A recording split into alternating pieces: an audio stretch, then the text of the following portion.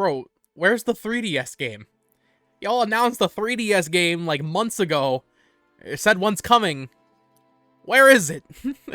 Hello there, everyone. Welcome back to the channel. Today, I wanted to do a recap of the LRG3 event from Limited Run Games. They actually announced some pretty cool stuff. I know Limited Run is this company that's very polarizing. I get it. But as a collector, I always have to tune in, see what kind of physical stuff they have. But also, as time has gone on, they've been doing a lot more development stuff, and actually, they're the reason a lot of this stuff even happens, period. So I'm starting to feel a little bit more like, I'm in the middle on them, you know?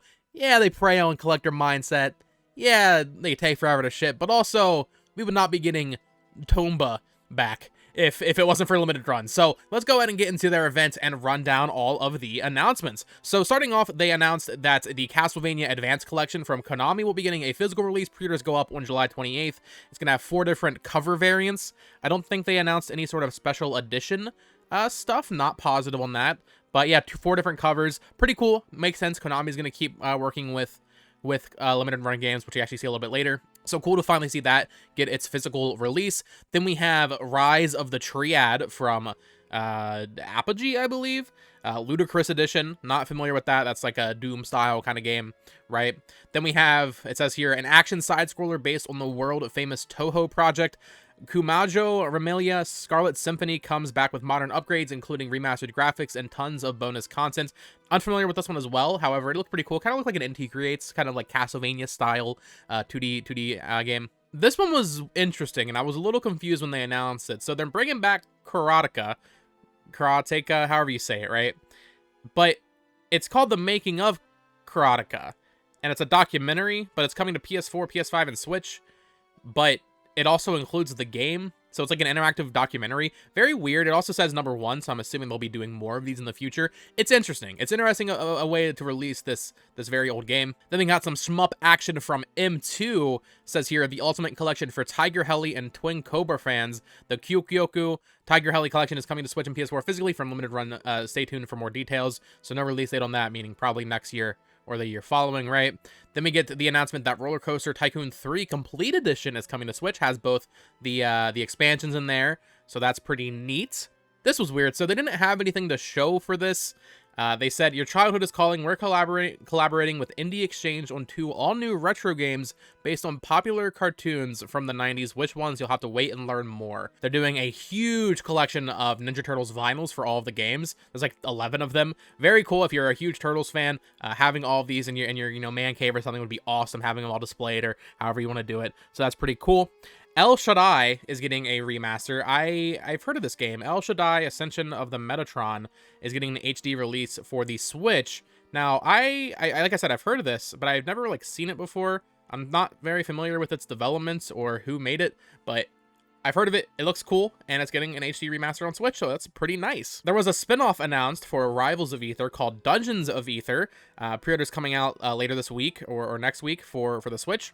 This is a spin-off of Rivals of Aether, of course, the fighting game, right? I believe it's a fighting game. I've never played Rivals of Aether, but it's Dungeons of Aether, dungeon crawler, very furry bait. But you know what? It actually looks pretty good. The pixel art and all that is fantastic.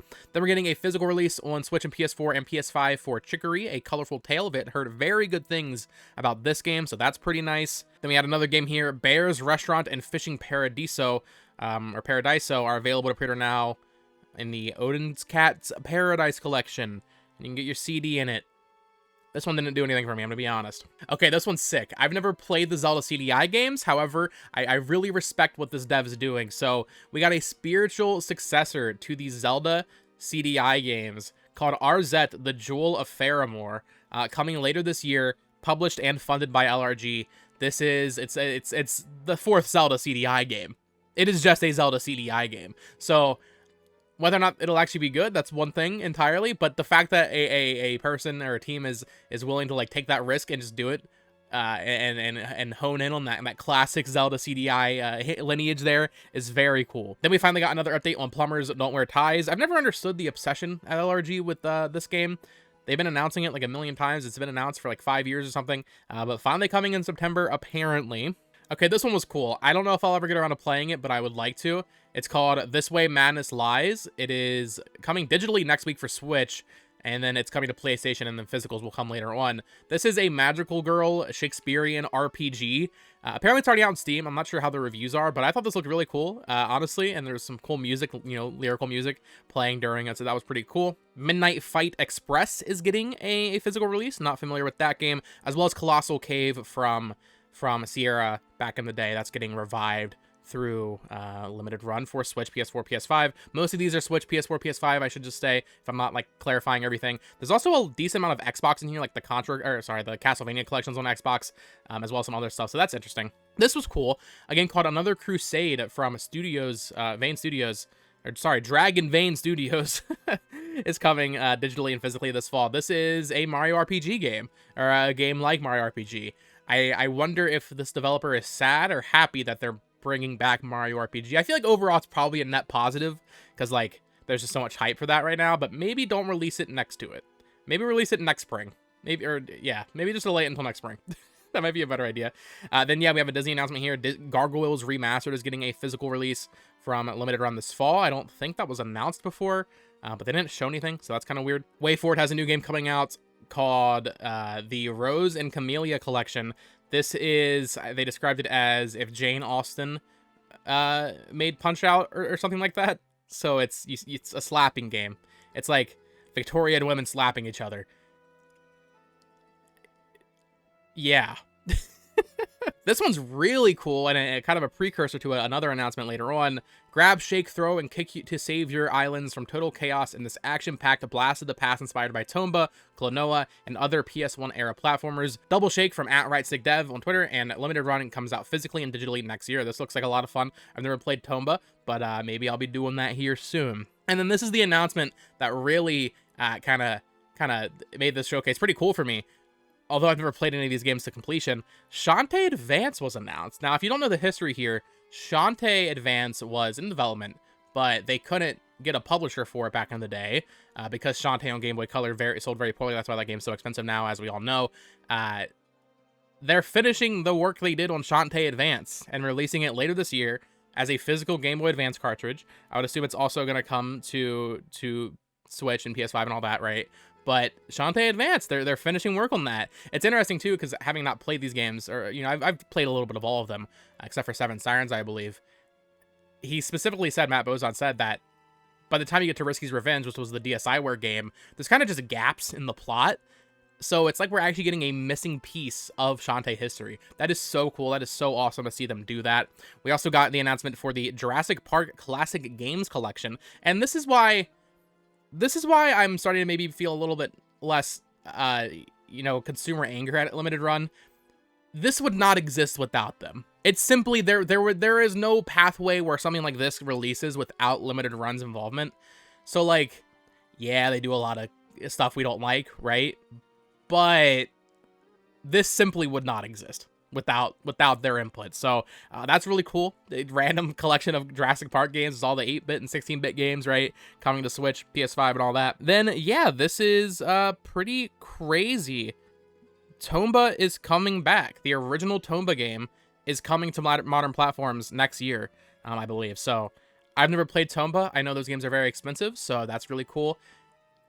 I just like when I watch a limited runs game showcase, I'm here for the revivals, and the showcase definitely delivered. So yeah, we're getting Tomba back, but not only that, we're also getting the GEX trilogy. Right? Yeah, they're bringing back GEX, the entire trilogy. It's coming over. So I'm not sure when exactly that'll be coming, but the trailer was funny. They did like the GoldenEye fake out, right? But not only that, Clock Tower is also getting revived through their Carbon engine, through WayForward. WayForward's doing a Clock Tower remaster. I'm unfamiliar with Clock Tower. I have Clock Tower 3 on PS2 here, but these are, I believe Capcom owns the IP, but other people are involved. It's this very weird thing. I don't believe this one ever got localized, basically. This first Clock Tower game never got a proper localization. Kind of a point-and-click horror game. So very cool. And I think that's it. I think I covered everything. So all in all, honestly, I think there's a lot of really cool announcements in here. I'm stoked for a lot of this stuff as a collector, but also as just in terms of new announcements for things I want to play. Maybe new is being a little generous. Tomba's not a new game, but I've never played that, and I'm never going to get a PS1 copy. And without this re-release, I would probably never go back to play Tomba. But now, because of this, I will. Same thing with, Shantae Advance, that's awesome.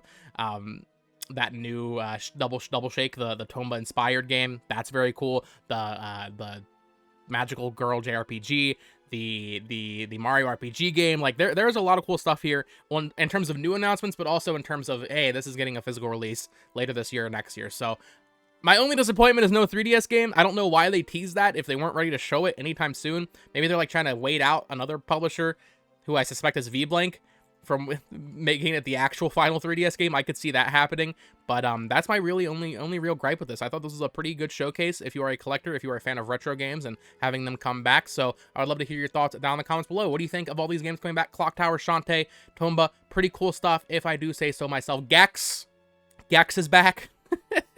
So yeah, let me know your thoughts on all this stuff down in the comments below, and until next time, folks, peace.